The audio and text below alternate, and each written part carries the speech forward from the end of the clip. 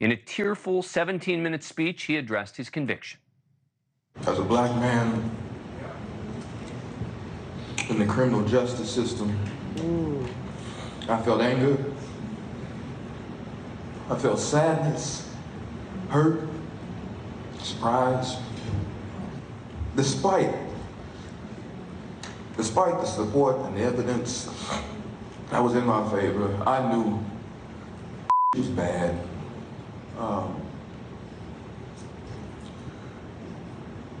And it was bad because of who I was and what I am. And this is what happens to black people all too often.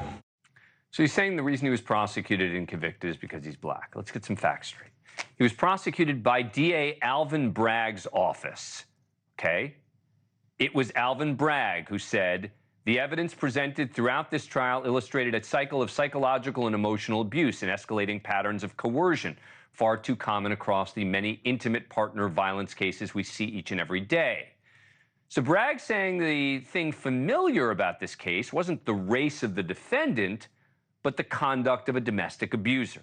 Look, I thought this case was close. Facts and evidence, after all, he's the one who called 911. His then girlfriend, Grace Jabari, says she tried to snatch Major's phone away from him after she saw a salacious text from another woman. He allegedly then pried her finger off the phone, grabbed her arm and hand, this is the surveillance video, and struck her in the head, leading to some injuries. The aftermath was caught on that video, where Major seemed to force Jabari back into the car as she's trying to leave. But Jabari's also seen chasing Majors on the sidewalks of New York City following the car incident. The Majors team pulled the race card in the trial, too, with his attorney saying during closing arguments the fear of what happens when a black man in America calls 911 came true. And they took a look at Mr. Majors and made up their minds. They decided who was the victim and who was the criminal. Majors was found guilty of assault and harassment by a diverse Manhattan jury. 3 women, 3 men, 4 of whom are people of color, in a case prosecuted by the office of a black DA. And by the way, he was found not guilty of a couple of charges. So why not acknowledge at least some wrongdoing in what the organization giving him the award described as his journey of growth and redemption? I received this award not just as an acknowledgement that I have persevered, but as a command to be there for others and to help them when and if their trials come.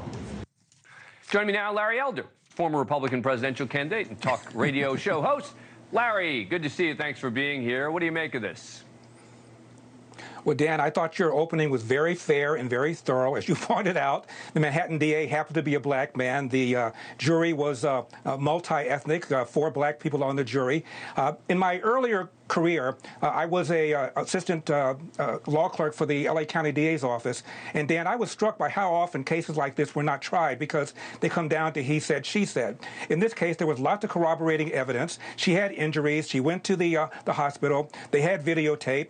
So it all comes down to the evidence. And regarding this award he got for perseverance, I'm not quite sure how he persevered.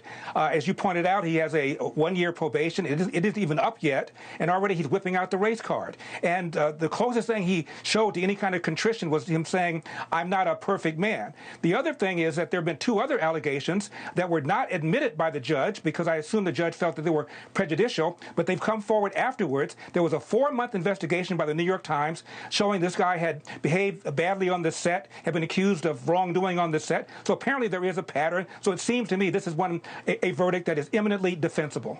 Hollywood Unlocked says the award is, quote, given to an individual who has shown that no matter what adversity they face, they will continue to aspire to inspire. They go on to say, despite all the setbacks, while trying his best to maintain his innocence, Majors continued to push forward while being determined to earn his respect back from his peers and the industry. Had you ever heard of this organization before? I have not. It's called career resurrection. He lost his publicist. I believe he lost his agent. He lost a lot of deals, including a big Disney movie he was supposed to do. His career is in jeopardy, if not over, at least as a A-list actor. He was on his way towards getting a lot of major roles, all of which are now gone. So as far as I'm concerned, this is damage control, and he's trying his best to get back on track. Well, he's set to lead the revenge thriller Merciless. It's his first new project since the conviction. Look, I want to ask you the tough question. Do you think the acceptance level in Hollywood would have been different if he was white and the victim had been black? Nothing to do with that. This is all about the Me Too generation. Allegations like this are no longer swept under the rug, and he should face up to the fact that he did something. I mean, the woman had injuries. She went to the hospital on videotape, as I said before, and for him not to at least acknowledge past inappropriate behavior seems to me that this is going to be something that a lot of people in Hollywood are not going to like. I don't think it's going to do him well. Thank you for watching. Go to NewsNationNow.com to find NewsNation on your cable provider. And don't forget to click the red subscribe button below to get more of NewsNation's fact-driven, unbiased coverage.